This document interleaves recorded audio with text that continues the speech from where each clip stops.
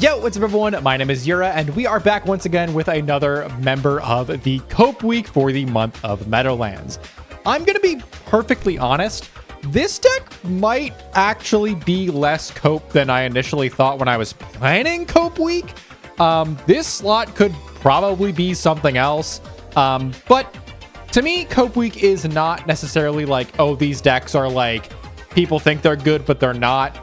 That's not what Cope Week is, if I haven't made that clear yet. Cope Week is decks that I really want to be better than they currently are. So we're here. That's why we've talked about Dragoonity, that's why we've talked about Inzektor, and to an extent X-Saber. Windup is another one of these decks, and while this one is definitely going to be difficult because we don't have Zenmaity, I think it's Zenmaity, right? The one that specials from deck that got banned. I'm pretty sure it's that, and we only have one Magician. I do think that this deck is at the very least better off than something like Inzektor or X-Saber.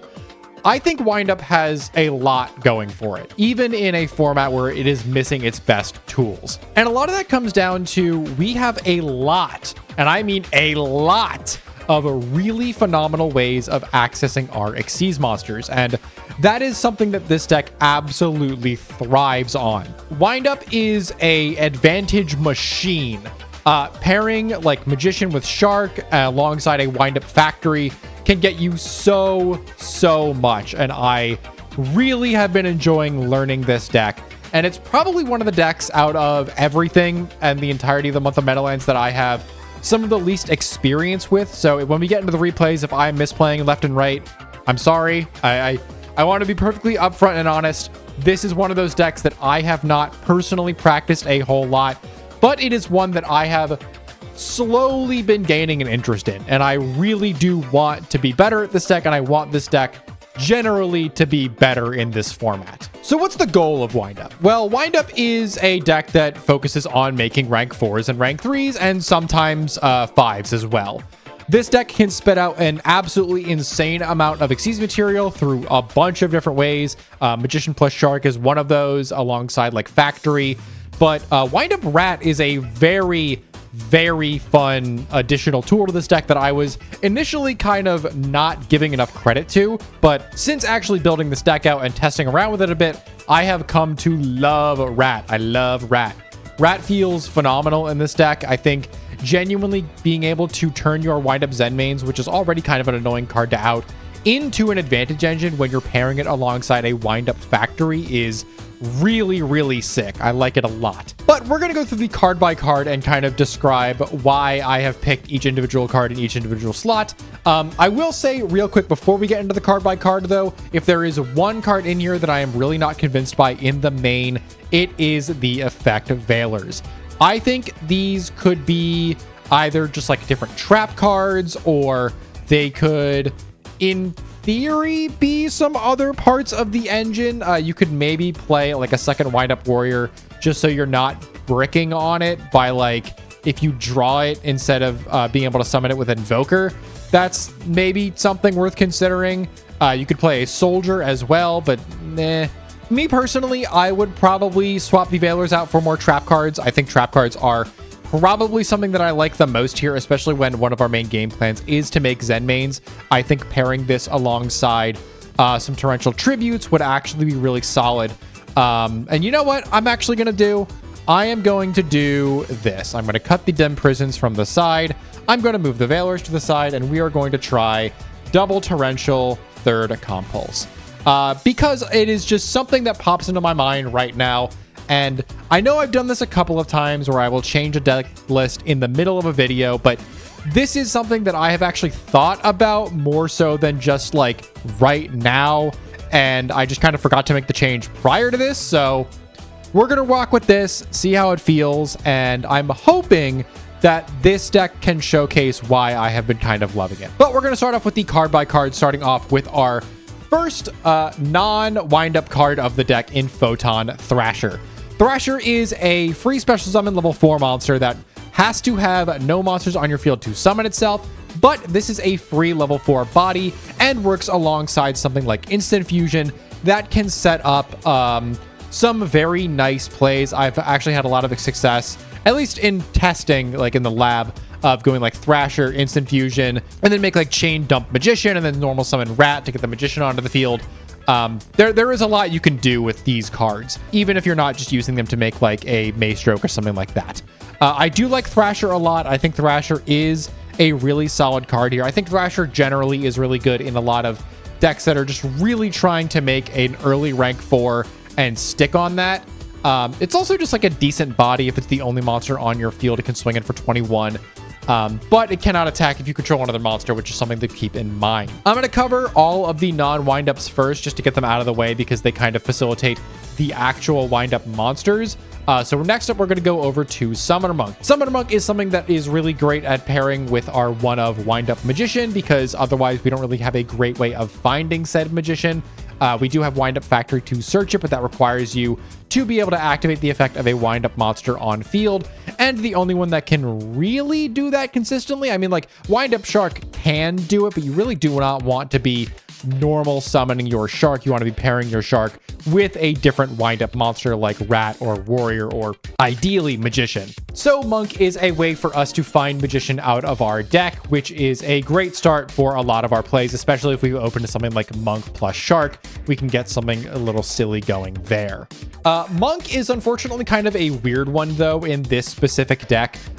We don't actually play that many spells, so it is possible that you open Monk and no spell, which is not an ideal scenario, but also like it's also not super common. You will more often than not find at least a spell to use. It's just a matter of, are you okay ditching potentially an insane powerhouse spell to get a windup engine online? And I think that kind of depends on your matchup. Like if you draw Heavy Storm into like Mermail, you're probably not going to miss it as much as you would like a Dark Hole. So something to consider.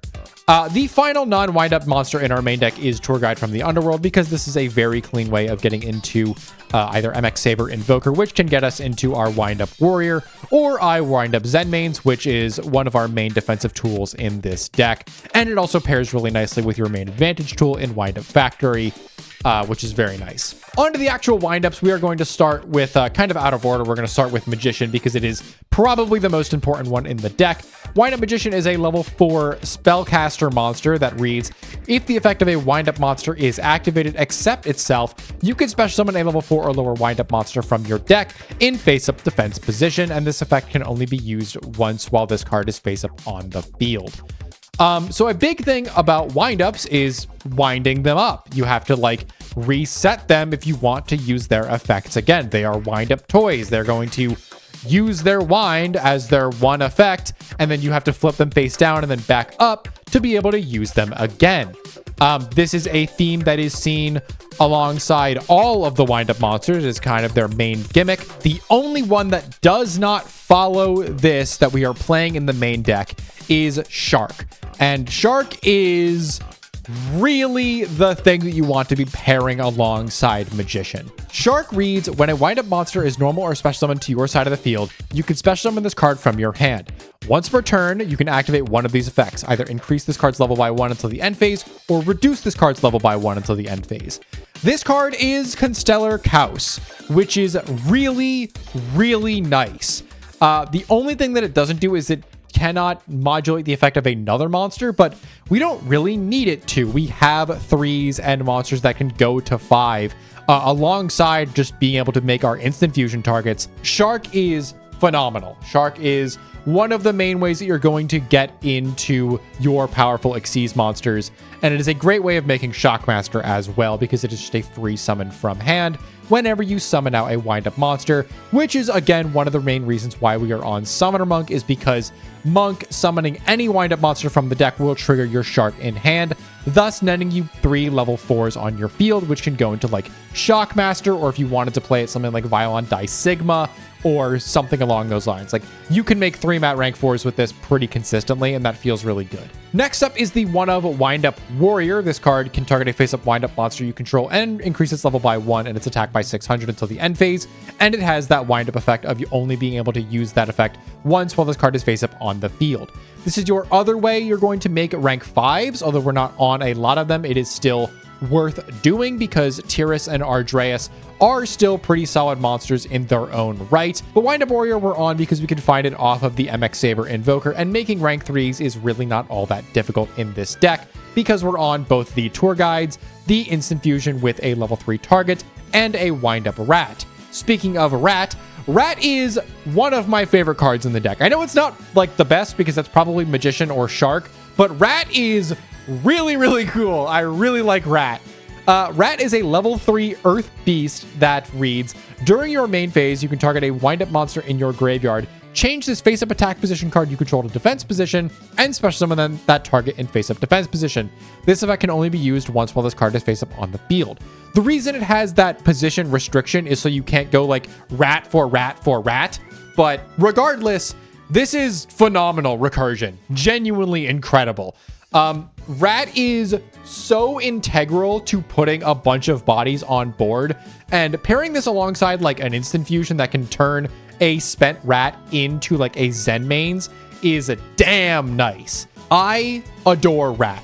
Not only is he just an adorable little guy, like look at him. One of my favorite artworks in the entire format. I love this guy. I want to get like a little, like, I don't know, not like a plush of him. I want a little vinyl figure of him just sitting on my desk looking at me. This is like one of my favorite little guys in the entire format. I love him so much. He gives me cuteness aggression. I just want to pick him up and hold him. Anyway, me and loving Rat aside, I really do think that this monster pool lineup, even though it is only like 8 monsters for windups, is still pretty solid. Kind of like in Zector, where we don't have a lot of numbers in our best cards, with like Magician being at 1. I think this deck is still pretty competent. I'm not going to say that it should go and win like tournaments or anything like that, because while I think Inzektor has the ability to like eat a board apart using Hornet, getting like searches and summons using that Hornet, Windup doesn't have anything really like that. Windup does have a lot of good advantage to it, and it can put those resources to good use, but its power level kind of caps out at what Xyz monsters you can make. And while the rank 4 and rank 3 pool in this format is not bad by any means, and same with the rank 5s, it's not nearly as like good on its own. Like, its engine is not going to be the thing that breaks through a board. It's going to be your toolbox that you can access through your engine. And while that's all fine, it does kind of lack that inherent power that something like Dragoonity has, with Aklys detaching to pop, or again Inzektor detaching Hornet to pop. And even to an extent like X-Saber. X-Saber can flex into the Fire Fist monsters, which can out monsters outside the battle phase. This deck can also do that, but again, it is pretty restrictive to just your Xyz lineup. So it's going to be like Black Sheep of Corn outing something, or Cowboy running over something in combat, or Zen mains needing to lose a material to run over something. I think this is maybe a reason why you should be on Violon Die Sigma, maybe over the Photon Papilloperative here. And it's also one of the main reasons why I consider the rank 5s to be kind of non-negotiable, at least like Ardreas or Volcasaurus.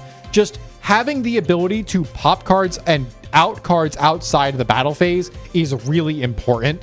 And the fact that this deck does not have an in-engine way of doing it really cleanly, or at the very least, if we do, I'm not convinced they're currently really worth running. I do think the extra deck is definitely in line for maybe some updates.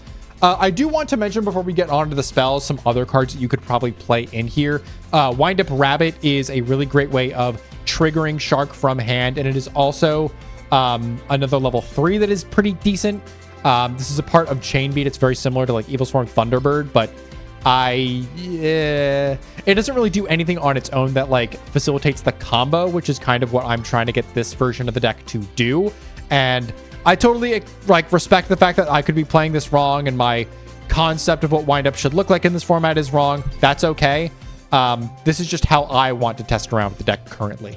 It could definitely change going forward. I think the other one was, yeah, Wind Up Kitten is kind of interesting as well. This card saw play in Sprite, actually, a couple of years ago as just like a level 2 that could remove a threat. The problem that I have with Kitten is that it's a level 2, and we do not have a lot of good ways of utilizing level 2s.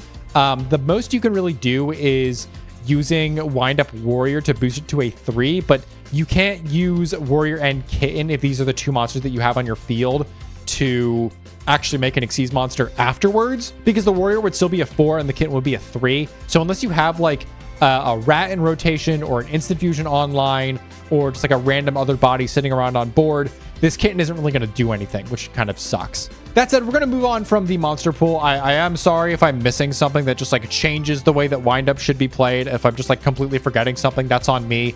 But I do want to talk about the spells that we're kind of using. There is only really one of importance here because the rest are just kind of staples that you've seen in every single deck profile I've ever made, being the 3 instant fusions, the Holy Trinity of Heavy Dark Hole, Reborn, and also Foolish Burial. We're also on a copy of Reinforcement of the Army. This can get your Wind Up Warrior, but it's also a search target for Photon Thrasher, which is just a solid level 4 body that we can stick on the board. We're on the 3 copies of MST because of course we are. And then the 3 Wind Up Factory. This is going to be one of your main advantage engines, and this is a continuous spell cards that reads, once per turn if the effect of a Wind Up monster is activated, you can add a level 4 or lower Wind Up monster from your deck to your hand. Notably, only once per turn per copy. This, in theory, can just get you, like, if you have 3 of them on the field, 3 searches when you activate a Wind Up effect, which is pretty good. I'd say that's pretty good.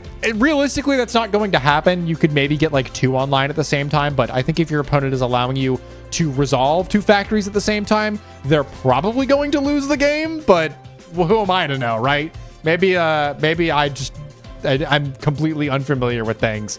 And then past that, we're on a pretty standard trap lineup, double bottomless, double mirror force, double torrentials now because I want to pair it with the Zen mains to more consistently activate its end phase effect and utilize that for like back row removal before we go to combat.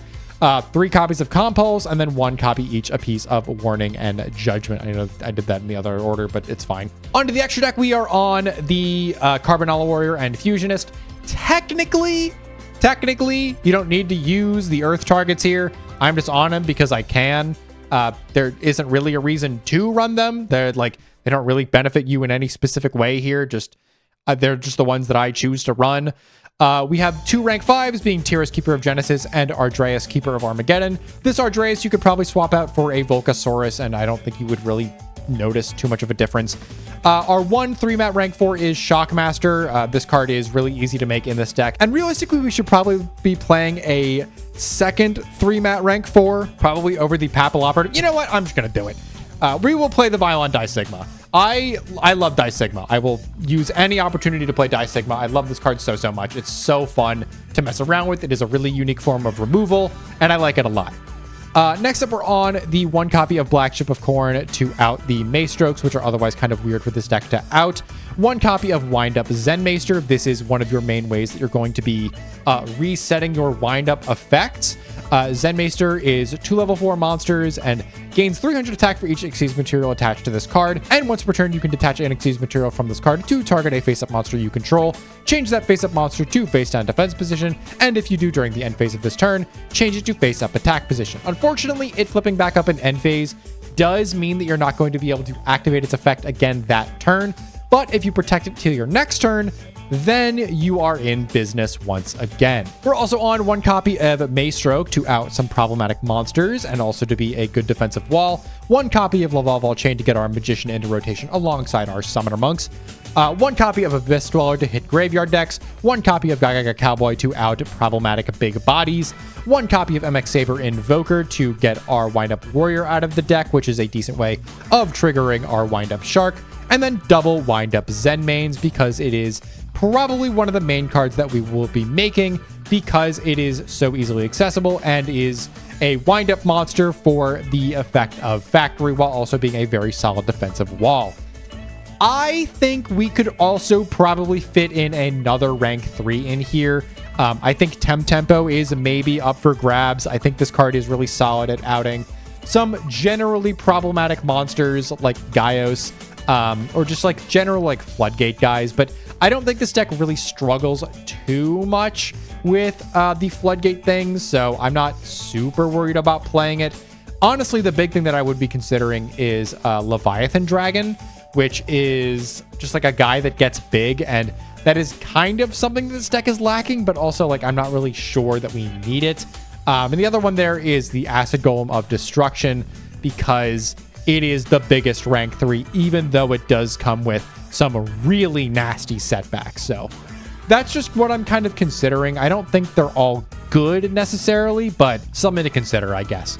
Onto the side deck, we are on the 3 copies of Maxi, the 3 copies of Effect Veiler that we've newly added to the side from the main, the 3 copies of Lightning Vortex for going second, the 3 copies of Different Dimension Ground to hit our opponent's graveyard while leaving ours intact, and 3 copies of Debunk, which could also probably just be Mind Crush. With all this covered, though, let's see if the best deck of the previous format can still hang with the big boys. All right, we've got Wind Up set up into a match, and we might be punching a little above the weight class here, if I'm gonna be honest.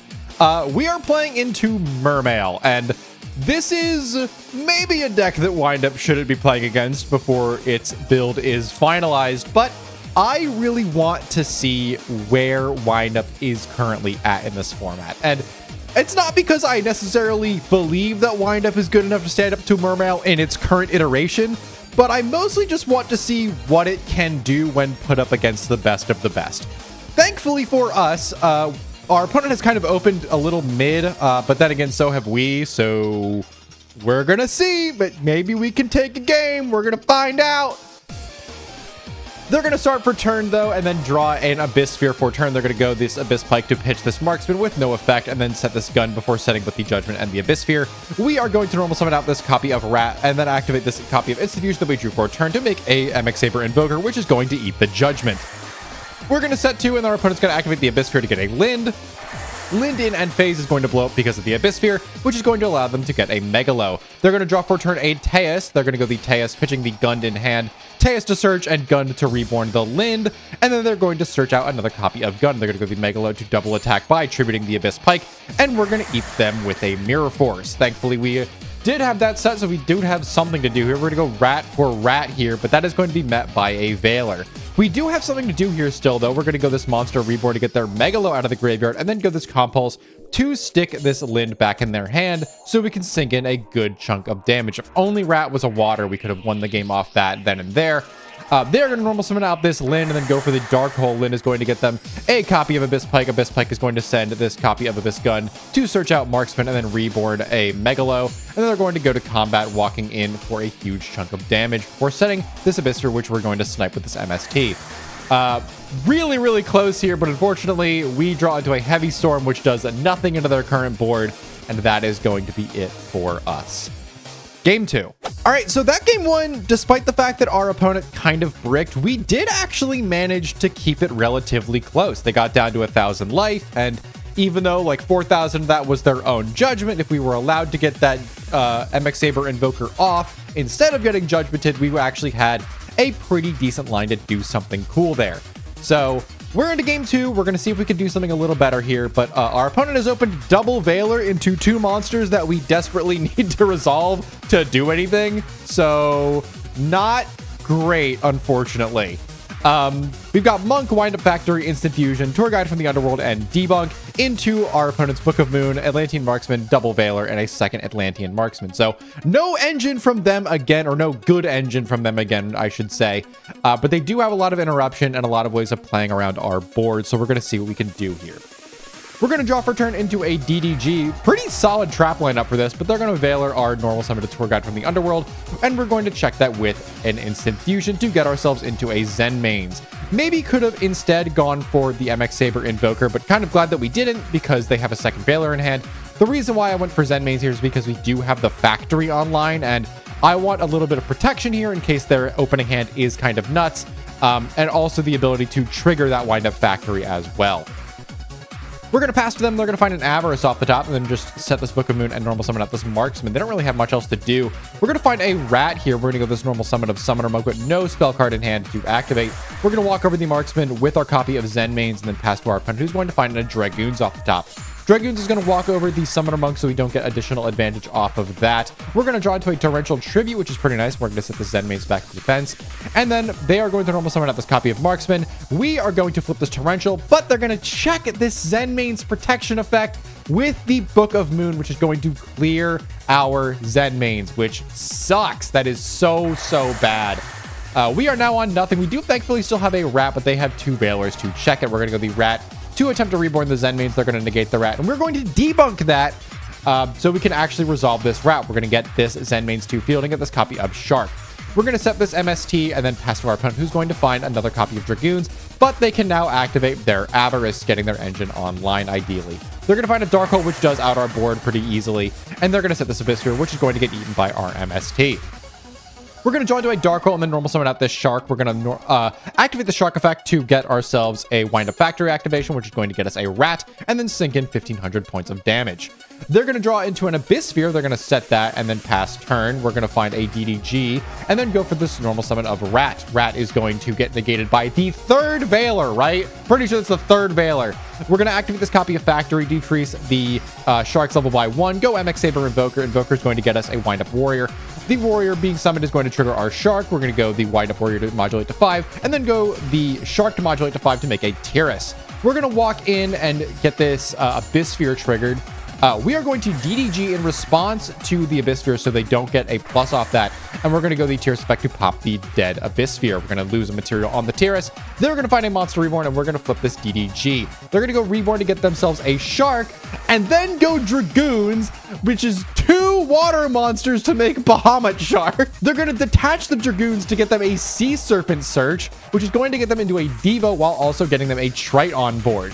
No Mermails in Graveyard, though, thankfully, so that Trite isn't really currently doing anything, but that's rough. We're going to rip this Dark Hole and out a full board and then try and get in for a good chunk of damage. Oh, maybe incorrect there to do that. Could probably have just outed the, walked into the Abyss Trite and then punched the, or rather hit the Bahamut Shark with the Tiras effect, but it is what it is. We sink out a chunk of damage, and then they are going to go Deep Sea Diva for a Marksman. They're going to make a Catastrophe here and then walk into our now vulnerable Tiras, and we only have a Tour Guide on the field and a draw into a Judgment, which does not do anything. They're going to draw into another Diva, which is a target for this Pike to send. Pike is going to get them a Lind, and then they're going to walk in over our Tour Guide and in for 22 before it's back to us. We're going to find off the top a Bottomless Trap Hole, which is dead. Unfortunately, they're going to walk just cleanly over our board here. They're going to MST our new set, normal summon out this Abyss Lind, walk in for 16, 15, and killing us with 22. Wrapping this set up. Okay, was I gassing up Wind Up a little bit too much? Probably.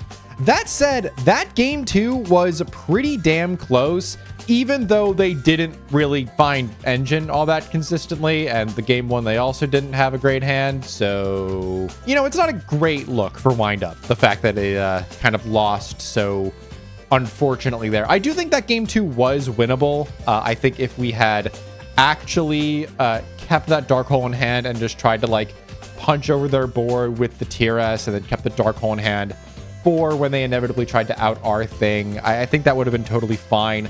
Outing our own Invoker there was probably incorrect, but the Invoker wasn't getting a whole lot of value because we had already gone through the Wind Up Warrior that was in our deck, and maybe that's a reason to play a second Wind Up Warrior or just a second target in general for the Invoker, but currently I'm not really sure.